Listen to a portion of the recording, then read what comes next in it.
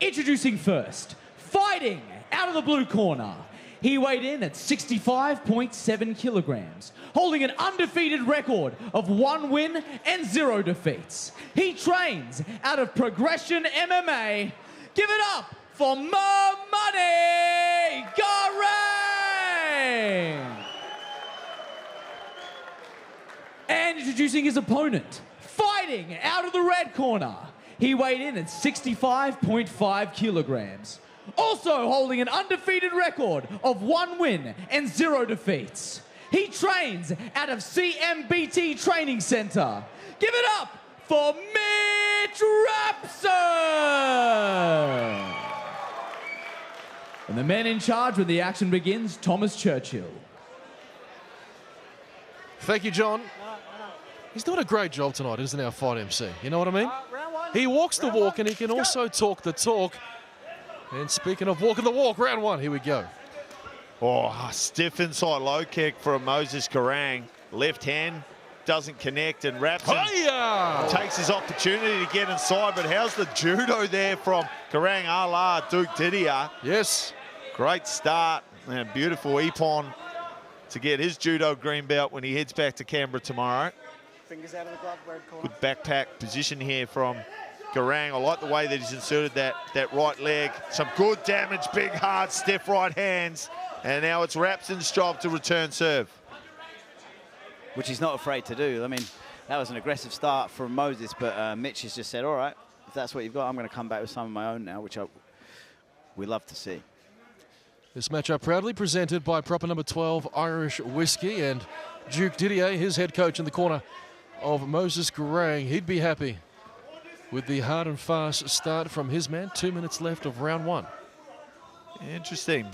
Very tall featherweights too, aren't they, both these guys? Pretty well evenly matched. I love a southpaw versus orthodox matchup at the lighter weight classes when the boys are long and tall. And that left hand from Garang will be one of his main weapons. But here comes Rapson stepping into southpaw to close a little distance of his own. Good connection on the inside. Both guys landing flush at certain points of those exchanges. And Mitch Rapson, that overhand right, just misses. And Mitch is fighting out both stances. He's obviously done a lot of work in this camp and prepared really well for a southpaw. I'm very impressed with his game plan so far. Good hand fighting there from Rapson. Just locks up on top of Garang and stabs a front kick to the body. Here's Garang coming back with a couple of his own. Oh, right behind there. That was a big clubbing forearm, and it just discombobulated Rapson there, and sees him go down to his hands and knees. Here comes Garang with bad intentions. He's certainly gone down there. Thomas Churchill watching very closely.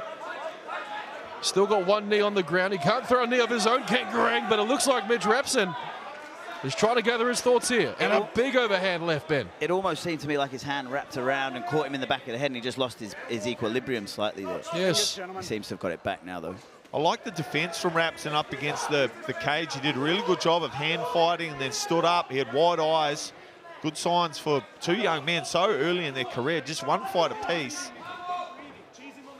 Of course, Mitchell Rapson, he finished his first fight on Eternal 88 by way of submission against Ethan Kratzman. There's a little bit of more judo from Garang. I like the way that the Progression team are mixing that up into their MMA suite.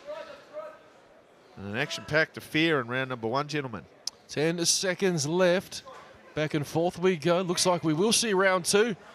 As Thomas at Churchill says, that'll do it for the first. Back in just under a minute. Round two, let's go. We are underway. Touch of gloves, both lads. Southpaw orthodox, so the rear weapons, the left leg of Garang, the straight left hand will be on display. The right shin of Rapson right on cue.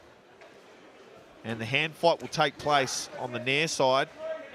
This is where judo guys can be quite good when they've got that high whizzer and they're able to step through and get their hips lower than yours, which wouldn't be too common for Garang. I think he'd struggle to get his hips lower than his opponents for the most part. But, of course, Rapson, a very tall guy, boxing on the inside well from both lads there, Ben. I think that's what's happened on his last couple of judo attempts, is his hips have just been a little bit too high and he's working against too much of Mitch's structure, and he's finding it a bit harder to sling him. Well, again, the standard of amateur mixed martial arts, it isn't what it was 10 years ago. These guys are certainly mixing things up. And you think about the gyms they come from, the training partners they have, they are well and truly prepared. You see MBT may as well just bring a picnic and set it up over there in the blue corner, because they've been there all week, the red corner, they've been there all weekend, and plenty more to come for those boys. Hands full for Miles Muweka, Jesse Yata, and Taser Malone in the corner of Rapson. In the clinch now, creates a little bit of space, does Garang. Hoping to see him drive some of those big old knees to the breadbasket of Rapson, but pursuing the single leg at the moment, tries to step outside. Rapson does a good job at framing off, should create space. Nice work from Moses Garang. In a good position to attack here with some punches or some knees. Sorry, Matt, you just see the fundamentals of these guys, and they've been so well drilled in the fundamentals that every time a position occurs, they've got an answer for it. And that's why they're having such a hard time dominating anywhere, as Mitch takes side control and begins to dominate. Positional control for the man from CMBT, and this is what his corner would like to see. He's right in front of them now. Stiff crossface from side control. Side control not a great position in MMA to do any damage from. It's a pin that requires chest to chest pressure, and to throw a strike you need to create space. So anytime you posture up, the bottom player is able to pummel an underhook and re-guard or scramble up to a dogfight position. So I'd like to see him adjust. We're talking about judo. He's in that sort of head and arm Kezagatami position now, and he's looking for the mother's milk. Oh, well, here we go. Here we go. Mate, aren't we all? Ben Vickers. In a little bit of a shadow there, hard to pick up, but it looks like he's going to try and attack that arm. Yeah, he's going to try an arm lock. Just needs to drive the hips forward here, does Rapson, but if he fails, he's in a lot of danger of giving up his back. Thumbs up from Garang. It was actually a thumbs down because he's upside down. I think it's supposed to be a thumbs up. I actually saw Glenn Pettigrew finish that submission in this very cage quite a few Eternals ago with the Kimura from the sit-in side control. Round three. Let's finish it off. Here we go. Well, just touch gloves and pick up where they left off. It's been back and forth, really evenly and well-matched contest. This one, Ben, I like it. Yeah, it's been intriguing, this fight. I'm actually, I haven't been able to score it. I haven't been concentrating on scoring it. I've just been watching because it's a bit outside the norm. You know, we've had some judo and stuff like that we don't normally see. So it's been really easy one to get absorbed in. Garang really starting to load up on some of his shots now. He brought a right hook behind that cross, and it was big and hard. Rapson, he takes that over committal there from Garang and uses it as an opportunity to get him behind him. Will he be able to return this one to the mat where he had so much success in round number 2? Well, for what was a great round for Moses Garang, rounds 2 and 3 seem to be all Mitch Rapson until a desperate double leg from Mo Money sees him now on top. Yeah, it was an interesting one. There was no penetration with the legs whatsoever. He kind of just fell forward into it, but I tell you what, it worked. And here goes Rapson trying to lock up a triangle. Just needs to control the posture of Garang. Garang does a good job of just driving his head forward.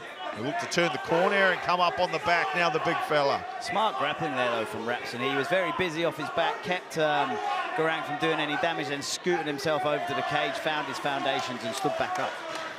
Well, they are center cage now, and with just over 90 seconds left in our final round, if we go to the judges' scorecards, they'll have a bit of work and analysis to do, because these guys certainly putting it all on the line as we approach the final minute. And just look for the way Rapson's been entering. He's been a bit Tyson-esque. He's been rolling under the big hooks, and instead of ripping the right uppercut, he's just gone for the clinch and got the takedowns. But the head movement to enter has been very impressive from Rapson. A couple of big swings and a miss, but he lands that one, Matt.